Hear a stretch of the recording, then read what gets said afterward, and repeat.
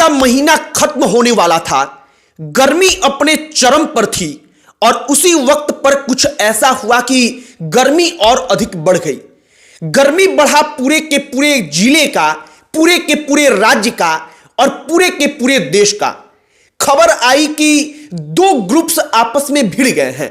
इसके बाद खबर चलने लगी कि कुछ दबंग कुर्मियों ने मिलकर पासवानों को, दलितों को मार दिया है और इसके बाद कहानी अखबारों के माध्यम से पूरे के पूरे देश में फैलने लगी।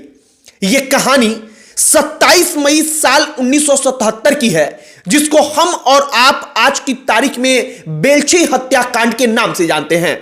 बेलछी गांव जो पटना में पड़ता है, नीतीश कुमार जिस हरनौत विधानसभा सीट से चुनाव लड़ते थे, उस विधानसभा सीट के अंतर्गत आता है। तो हमने सोचा कि आज आपको बेलछी हत्याकांड की कहानी सुनाई जाए। हम आज समझने का प्रयास कर रहे थे कि नीतीश कुमार आखिरकार अपना पहला चुनाव क्यों हार गए थे, और जब हम उसके बारे में पढ़ रहे थे तो हमको बेलछी के बारे में पता चला। बेलछी के बारे में यूं तो हमने पहले सुना था कि इंदिरा गांधी हाथी पर चढ़कर उस गांव में पहुंची थी, हाथी पर चढ़कर उन्होंने नदी पार किया था, और यह सब कुछ हम जानते थे। लेकिन आज हमने सोचा कि कैसे पासवान और सोनारों का हत्या हुआ, दबंग कुर्मियों पर इसका आरोप लगा और इसके बाद नीतीश कुमार वहां से हरनौत विधानसभा सीट से चुनाव हार गए। इसकी कहानी आपको बताई जाए।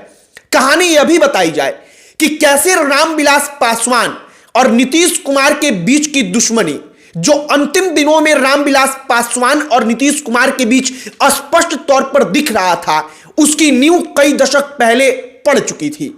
आगे बातचीत करने से पहले हमारा नमस्कार स्वीकार करिए। हमारा नाम मोहित कुमार सिंह है। बेलछी गांव की कहानी को जरा गौर से सुनिएगा। बेलछी गांव के बारे में बीबीसी अपनी रिपोर्ट में इस बात का जिक्र करता है और कहता है कि उस वक्त पर जब नरसंहार हुआ, तब केंद्र की सरकार में तत्कालीन जो गृह मंत्री थे, उन्होंने कह दिया था कि इसमें जाति का कोई एंगल नहीं है, यह केवल और केवल दो अलग अलग गुटों की लड़ाई है, इसमें जाति की कोई बात नहीं है। उस वक्त पर जब सरकार पर दबाव बढ़ा तो सरकार ने 8 सदस्यीय एक समिति बनाई। उस 8 सदस्यीय समिति को नाम दिया गया फैक्ट फाइंडिंग कमेटी। उसमें 8 दलित सांसद थे, एक सांसद थे रामविलास पासवान। जो ये फैक्ट फाइंडिंग कमेटी थी, उसने एक एक फैक्ट्स को जुटाना शुरू किया और इसके बाद उसने अपना रिपोर्ट पेश किया। और 14 जुलाई को जब रिपोर्ट संसद के सामने रखा गया तो पूरे के पूरे देश में हाहाकार मच गया। हाहाकार मच गया क्योंकि राजनीति का एक मुद्दा तैयार हुआ और उस रिपोर्ट में कहा गया कि यह लड़ाई शुद्ध रूप से जातीय हिंसा थी, जिसमें 11 लोगों को मारा गया। उनमें से 8 लोग दुस्साध थे जो दलित थे, और मारने वाले महावीर महतो जो कुर्मी थे, और कुर्मियों की टीम जो उनका ग्रुप था, उसने मिलकर इस घटना को अंजाम दिया। इसके बाद हमने बेलछी गांव की उस कहानी को समझना चाहा कि आखिरकार हुआ क्या था, असल तौर पर यह स्थिति उत्पन्न क्यों हो गई। बीबीसी अपने रिपोर्ट में कहता है कि 1 कट्ठा जमीन का मामला था। मात्र 1 कट्ठा जमीन को लेकर जो दलित थे और जो जमींदार कुर्मी थे, जिनके पास वहां पर जमीन हुआ करती थी, जो दबंग थे, उनके बीच झगड़ा बढ़ा। महावीर महतो की आसपास जमीनें थी। उन जमीनों में से कुछ हिस्सा ऐसा था जिस पर दलित खेती करते थे। दुसाध पासवान हरिजन थे, वो अपना पालन पोषण करते थे, अपना भरण पोषण उनका उससे चलता था। हुआ क्या कि एक दिन कुछ जमीन को लेकर विवाद हुआ। जमीन को लेकर विवाद हुआ तो सबसे पहले जो आसपास के कुर्मी थे, उन कुर्मियों ने एक ग्रुप बनाकर उस गांव में आकर बेलछी गांव में हमला किया। लेकिन इसका जवाब दलितों ने दिया और उनको वहां से वापस लौटना पड़ा। हमने इसी दौरान पढ़ा कि एक सिंधुआ गिरोह था। सिंधुआ गिरोह जो था, वो ग्रुप जो था, वो दलितों के लिए लड़ रहा था, और दूसरी तरफ महावीर महतो का कुर्मी ग्रुप। इसके बाद महावीर महतो के घर से निकलकर एक और गिरोह आता है और इसके बाद 11 बजे दिन से लेकर शाम के 5 बजे तक गोली चलती है। वहां पर पुलिस को इस बारे में पता तक नहीं चलता और दिन भर एक प्रकार से गांव में युद्ध होता है। हरिवंश नारायण सिंह जो राज्यसभा के उपसभापति हैं, वो राजनीति में आने के पहले पत्रकार रहे हैं। उन्होंने एक अखबार में इसकी कहानी को लिखते हुए कहा है कि दिन भर मानो गांव में युद्ध चला हो। सबसे पहले गांव में युद्ध होता रहा। युद्ध के बाद से जो सिंधवा गिरोह था वो सिंधवा गिरोह हार गया। सिंधवा गिरोह हारा तो 11 लोगों को पहले गोलियों से भून डाला गया और इसके बाद उनके हाथों को पैरों को रस्सियों से बांधा गया और इसके बाद आग लगाई गई और उनको उसके हवाले कर दिया गया। 400 लोग पूरे गांव में यह सब कुछ अपनी आंखों से देख रहे थे। यह सब कुछ इसलिए किया गया क्योंकि एक जो कुर्मी जमींदार थे, जो कुर्मी दबंग थे, वो चाहते थे कि उनके वर्चस्व के सामने कोई दूसरा फिर से आंख उठाकर देखे नहीं। यह सब कहानी जब हम पढ़ रहे थे तो हमें लग रहा था कि आखिरकार यह सब कुछ हुआ, पूरे दिन होता रहा, लेकिन उस वक्त पर पुलिस कितनी निष्क्रिय थी या उस वक्त पर गांव तक पहुंचने का रास्ता कितना दुर्लभ होगा कि यह खबर पुलिस तक नहीं पहुंची और ना पुलिस उस गांव तक आई।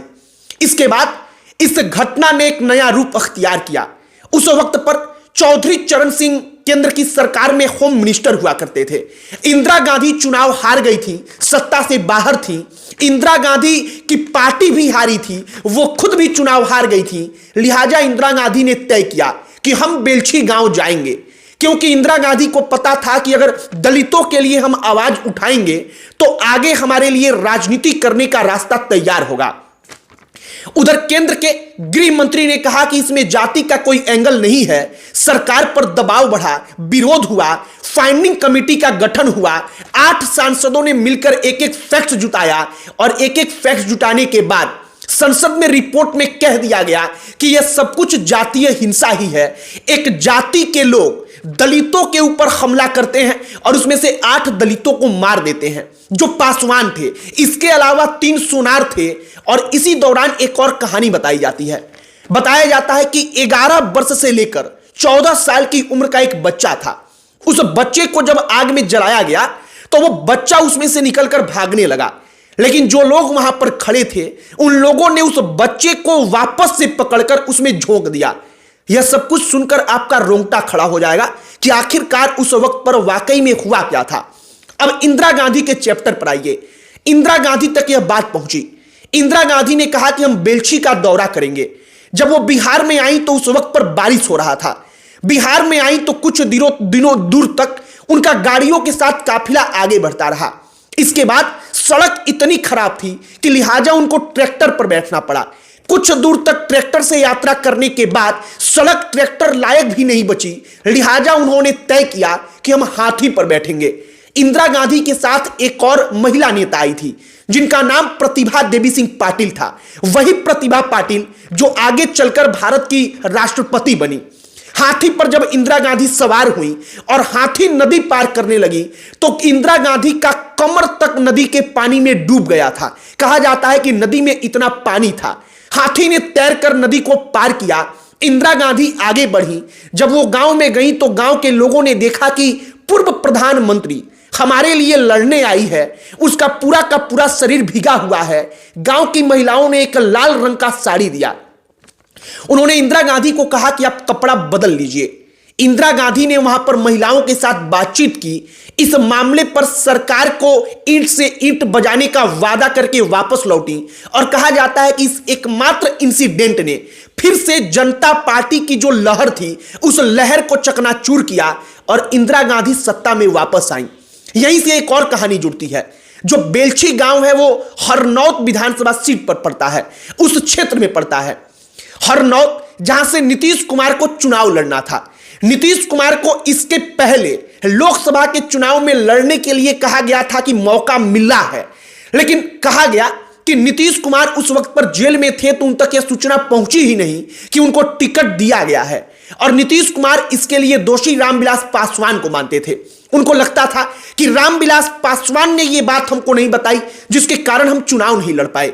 जब विधानसभा का चुनाव हरनौत से वो लड़ते हैं तो पूरा का पूरा जो पासा था वो पासा पलट चुका था, क्योंकि एक तो दुसाध नीतीश कुमार कुर्मी जाति के थे तो उनके खिलाफ थे, दूसरी तरफ दलित गोलबंद थे। और हरनौत विधानसभा सीट से नीतीश कुमार 1977 में जब जनता पार्टी की करारी लहर थी उस वक्त पर भी चुनाव हार गए। इसके बाद साल 1980 में फिर चुनाव लड़े, लेकिन फिर भी चुनाव हार गए और कहा गया कि पासवानों का जो गुस्सा था, दलितों का गोलबंद होने का जो गुस्सा था, वो गुस्सा नीतीश कुमार पर उनका निकलता रहा। इसके बाद नीतीश कुमार चुनाव जीते भी, लेकिन यह कहानी चर्चा का विषय बन जाती है जब आप इतिहास के पन्नों को पलटेंगे तब। बेलछी गांव की यह कहानी जब जब आप इसको पलट कर देखेंगे तो आपको पता चलेगा कि इतिहास में कैसे क्या हुआ है और कैसे एक बेलछी गांव की घटना ने कहा जाता है कि पूरी की पूरी केंद्र की सरकार को उखाड़ कर फेंका था और इंदिरा गांधी को फिर से वापस सत्ता की कुर्सी पर बिठाया था। हमने आपको कहानी जो सुनाई है, इस पर आपकी क्या प्रतिक्रिया है, कमेंट बॉक्स में लिखकर बताइएगा। वीडियो वहीं पर समाप्त करते हैं। अंत में हमारा परिचय, हमारा नाम मोहित कुमार सिंह है। बहुत बहुत धन्यवाद।